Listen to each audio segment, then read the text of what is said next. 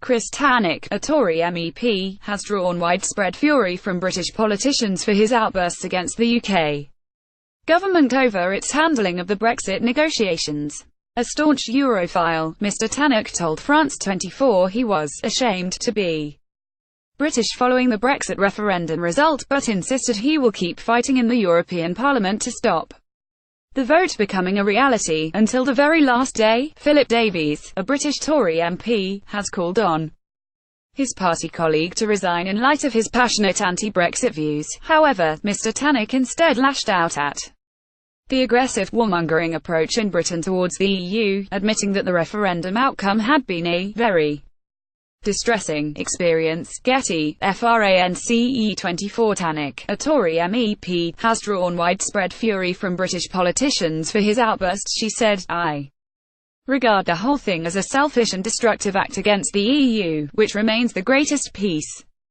and prosperity project in the world. The British exceptionalism that was demonstrated after the narrow victory, based on a strange franchise, on false promises, lies and even manipulation. Given the stories coming out about Cambridge Analytica, you wonder where the strong mandate for a hard Brexit comes from. With all these red lines, no supervision from the ECJ, no long-term payments into the budget, we will end up as a third country, like a Canadian trade deal." Referring to comments from senior Brexiteer cabinet members, Mr Tannock added, "The tone from the very beginning has been very hostile. Go whistle for your money," from Mr Johnson, or Dr Fox saying EU citizens living in the UK were the best bargaining chip in the talks. Even the fact that the media refer to Mrs May's cabinet as a war cabinet, as if Britain is at war with our closest neighbour. Getty. Tannock told France 24 that he was ashamed to be British following the Brexit referendum result. The tone from the very beginning has been very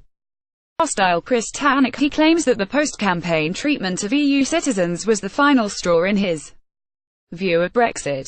The leading member of the Conservative Party explained, "The nationalism Brexit has unleashed against EU citizens is unacceptable. I felt ashamed. I am not standing down. I will complete my mandate and I will represent London, which voted a majority to remain, so I will fulfill my mandate to represent those who voted to remain." Mr Tannock's fury at the Brexit outcome led him to apply for an Irish passport earlier this year, in order to keep his access to the EU after Brexit.